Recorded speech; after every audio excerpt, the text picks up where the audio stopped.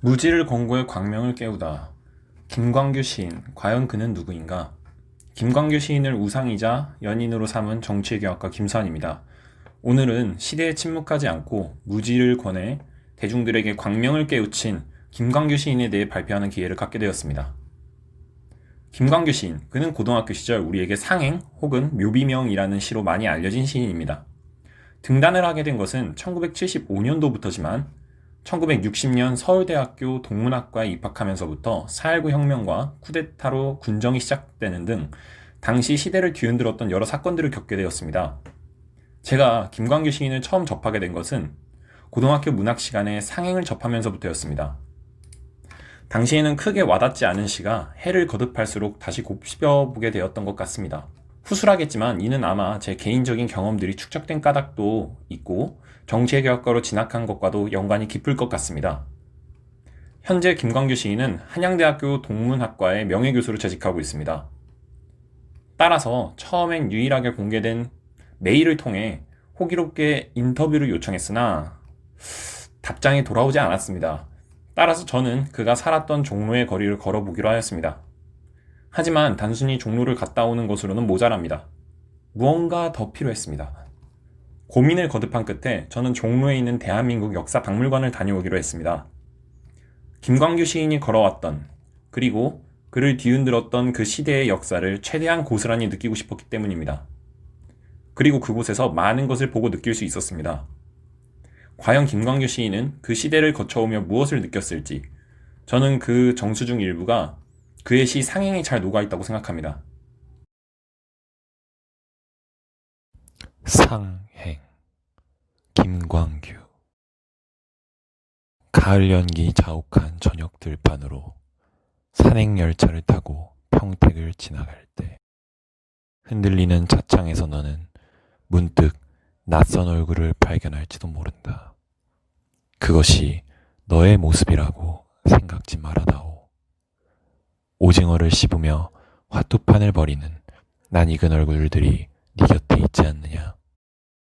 황혼 속에 고함치는 원색의 지붕들과 잠자리처럼 파들거리는 TV 안테나들, 흥미있는 주간지를 보며 고개를 끄덕여다오.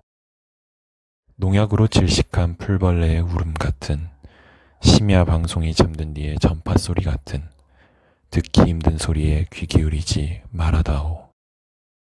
확성기마다 울려나오는 힘찬 노래와 고속도로를 달려가는 자동차 소리는 얼마나 경쾌하냐. 예부터 인생은 여행에 비유되었으니 맥주나 콜라를 마시며 즐거운 여행을 해다오. 되도록 생각을 하지 말아다오. 놀라울 때는 다만 아 라고 말해다오. 보다 긴 말을 하고 싶으면 침묵해다오.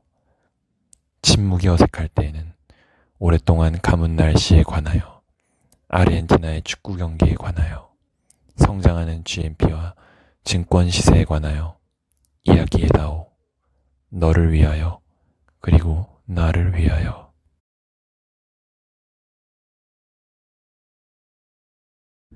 시에서 화자는 사람들과 읽는 이에게 이 좋은 세상을 즐기며 익숙지 않은 소리에는 귀를 기울이지 말라고 당부합니다. 세간에 알려진 해석으로는 김광규 시인은 해당 시에 화자의 목소리를 빌려 듣는 이들에게 이 어지러운 세상에서 신경을 끄라고 당부합니다. 허나 그 의도는 정반대입니다. 이것이 제가 김광규 시인을 무지를 권고해 광명을 깨우다 라고 명명한 이유입니다. 시 전체에 녹아있는 반어와 조곤조곤한 투의 문장 형식은 시대에 침묵하는 이들을 비추는 거울이자 비판의 일종입니다. 저는 정치외교학과생이며 동시에 이 시는 제게 많은 것들을 돌이켜보게 해주었습니다. 당시의 시대상은 농촌이 개발되기 시작하고 군사정권이 시민들의 무지를 부추기기 위해 3S 정책을 펴는 등 정부는 시민들에게 무지와 세속적인 쾌락을 많이 권유했습니다. 상행은 이런 시대상에 비추어 보았을 때 김광규 시인은 해당 작품을 통해 정부의 권유처럼 무지를 권고했으나 실상은 수동적인 대중들과 국민들을 우민으로 만드는 정부를 비판한 것은 아니었나 싶습니다. 허나 여기서 끝났다면 김광규 시인은 단순히 군사정권을 날쌔게 비판한 시인에 그쳤을 것입니다. 그는 군사정권이 끝난 뒤에도 사회에 끊임없이 메시지를 던졌습니다. 김광규는 비교적 최근인 2018년 안개의 나라 시집을 출간하였습니다. 그가 시대를 관통하며 비판적 메시지를 전하고자 한 것은 시 안개의 나라에서도 잘 드러나 있습니다. 안개의 나라, 김광규. 언제나 안개가 짙은 안개의 나라에는 아무 일도 일어나지 않는다. 어떤 일이 일어나도 안개 때문에 아무것도 보이지 않으므로. 안개 속에 사노라면 안개에 익숙해져 아무것도 보려고 하지 않는다. 안개의 나라에서는 그러므로 보려고 하지 말고 들어야 한다. 듣지 않으면 살 수 없으므로. 귀는 자꾸 커진다. 하얀 안개의 귀를 가진 토끼 같은 사람들이 안개의 나라에 산다.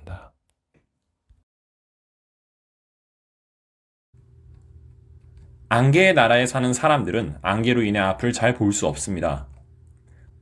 그에 순응하는 사람도 있는가 하면 끝까지 거부하는 사람도 존재합니다. 그러나 저항하는 이들 역시 완벽하게 시대를 거부할 수는 없습니다. 결국 동화되고 만다는 것은 안개로 이루어진 귀라는 대목에서 잘 알 수 있습니다. 제가 생각하기로 안개의 나라라는 시는 군사 정권, 현재, 미래, 그리고 아득히 먼 과거의 그 누가 읽더라도 시대에 대한 경각심이라는 메시지를 얻을 수 있지 않을까 싶습니다. 요컨대 김광규 시인이 비판하고 싶었던 것은 특정 정권이기도 하겠지만 무엇보다도 어느 시대에 살더라도 시대에 순응하지 말고 주체적으로 행동하라는 메시지가 녹아있는 것은 아닐까 싶습니다. 실제로 플라톤은 정치에 관해서 정치에 무관한 가장 큰 대가는 가장 저급한 이들의 지배를 받는 것이라는 말을 남겼다고 합니다. 꼭 정치에 한정할 수는 없겠지만 당대 시대에 그저 순응하며 살아가는 이들이 도태되고 주체성을 잃은 삶을 살게 된다는 것을 김광규 시인은 말하고 싶었던 것이 아닐까요? 김광규 시인은 현재까지 꾸준히 활동 중이며 기회가 되면 뉴스 등의 미디어에 등장해 사람들에게 나름의 메시지를 전달하고 있습니다. 충분히 편한 길을 선택할 수 있었음에도 직접 학생 운동에 뛰어들었고 글로써 많은 사람들에게 무지를 권고해 광명을 깨웠습니다.